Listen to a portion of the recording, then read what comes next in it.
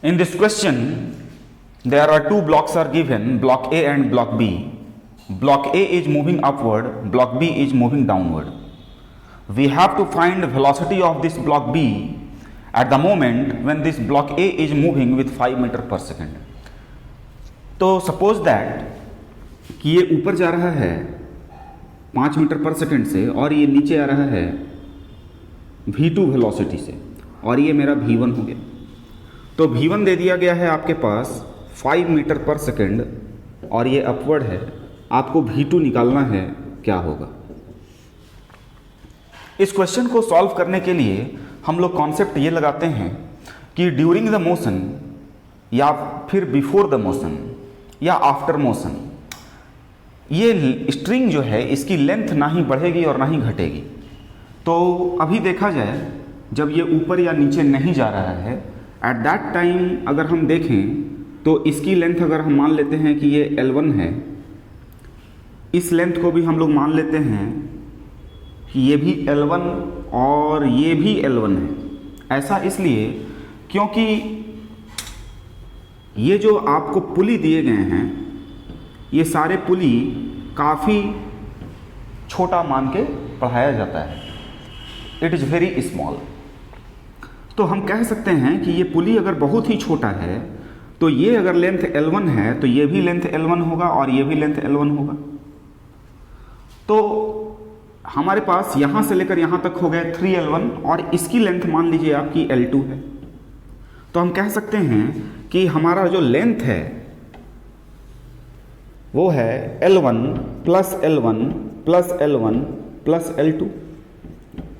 थोड़ी देर के बाद मान लेते हैं कि हमारा ये ब्लॉक A यहाँ पर आ गया और ये ब्लॉक B इतना नीचे आ गया।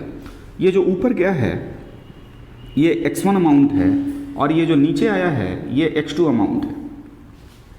यानी कि आप कह सकते हैं कि ये जो लेंथ L1 था इसमें x1 अमाउंट की कमी आ गई, यानी कि अब न्यू लेंथ क्या हो जाएगा, न्यू लेंथ हो जाएगा L1 minus x1 plus L1 minus x1 plus L1 minus x1 और ये जो लेंथ थी वो अब x2 अमाउंट से बढ़ गई है तो हो गया L2 प्लस x2।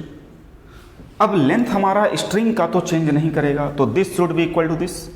तो इसको अगर सॉल्व करते हैं हम लोग तो क्या मिल जाता है, 0 equal to minus 3x1 plus x2।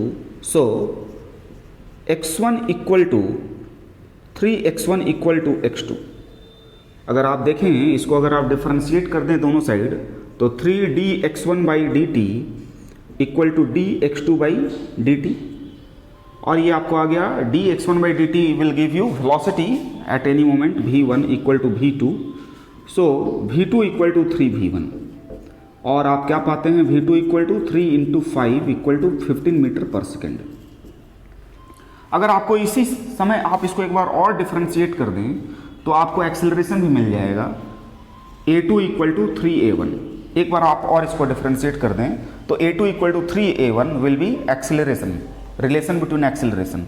मान लीजिए इसका एक्सेलरेशन कुछ है तो इसका एक्सेलरेशन आपको मिल जाएगा। ऐसे क्वेश्चन को हम लोग एक और तरीके से बना सकते हैं, वो है वर्क एनर्जी थ्योरम से। वर्क एनर्जी थ्योरम के मदद से आप थोड़ा और जल्दी बना सकते हैं। कैसे? वर्क एनर्जी थ्योरम ये कहता है कि किसी सिस्टम के अंदर में जो फोर्स लग रहे हैं, work done by force and this force is internal force.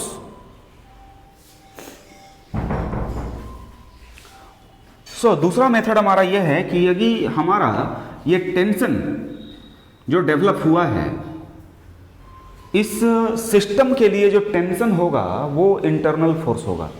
External force यहाँ पर केवल और केवल ग्रेविटेशनल फोर्स है। ग्रेविटेशनल फोर्स दोनों ब्लॉक पर लग रहे हैं और ये ऊपर और ये नीचे जा रहा है। यहाँ पर देखिए ग्रेविटेशनल फोर्स नीचे लग रहा है, यहाँ भी ग्रेविटेशनल फोर्स नीचे लग रहा है।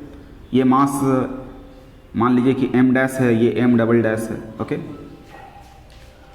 ब्लॉक ए का मास m डैश है और b ब्लॉक का मास m डबल डैश है।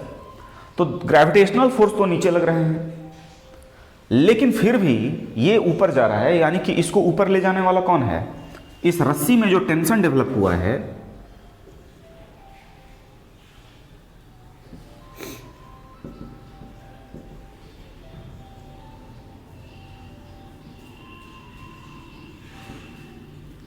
इस स्ट्रिंग में जो टेंशन डेवलप हुआ है, this tension is responsible to carry it up.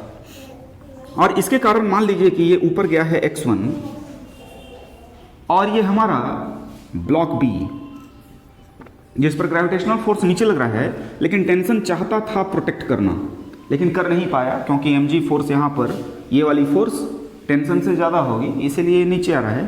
तो ये x2 अमाउंट से नीचे आ गया। तो यहाँ पर ग्रेविटेशनल फोर्स, यहाँ पर ग्रेविटेशनल फोर्स एक्सटर्नल फोर्स है। इस पूरे सिस्टम के लिए टेंशन जो होगा ये इंटरनल फोर्स कहलाएगा सिस्टम का। और वर्क एनर्जी थ्योरम ये कहता है कि work done by internal force in a system is zero. तो हम क्या करेंगे, टेंशन के कारण वर्क डन निकाल देंगे। तो टेंशन कितना वर्क किया देखिए, यहाँ और यहाँ मिलाकर। ऊपर टेंशन 3T, डिस्प्लेसमेंट भी ऊपर, यहां पर टेंशन ऊपर डिस्प्लेसमेंट नीचे, इक्वल टू 0। माइनस क्यों आया? क्योंकि आप जानते हैं वर्क डन का फॉर्मूला क्या होता है, Fs cos थीटा। और थीटा यदि 0 हो तो cos 0 क्या होगा, 1। थीटा यदि 180 हो तो cos 180 कितना होगा, -1। तो यहां पर आप देख रहे हैं कि यहाँ एंगल कितना बन रहा है, 180 डिग्री। और यहाँ अगर आप देखेंगे, यहाँ पर ये दिखाने का मतलब ये है डिस्प्लेसमेंट नीचे हो रहा है और टेंशन किधर लग रहा है, ऊपर। तो दोनों के बीच का एंगल कितना हो गया, 180 डिग्री। जबकि यहाँ पर टेंशन भी ऊपर है और डिस्प्लेसमेंट भी ऊपर है, तो यहाँ थीटा कितना हुआ, 0 डिग्री। तो यहाँ पर आपका cos 0 डिग्री आया होगा, 3 times tension into displacement into cos 0 plus tension displacement cos 180 minus कर दिया। तो क्या करेंगे हम लोग, टेंशन कॉमन ले लेंगे, 3x1 minus x2 equal to 0। So once again you are getting 3x1 equal to x2, so you can say 3v1 equal to v2 and you can also say 3a1 equal to a2।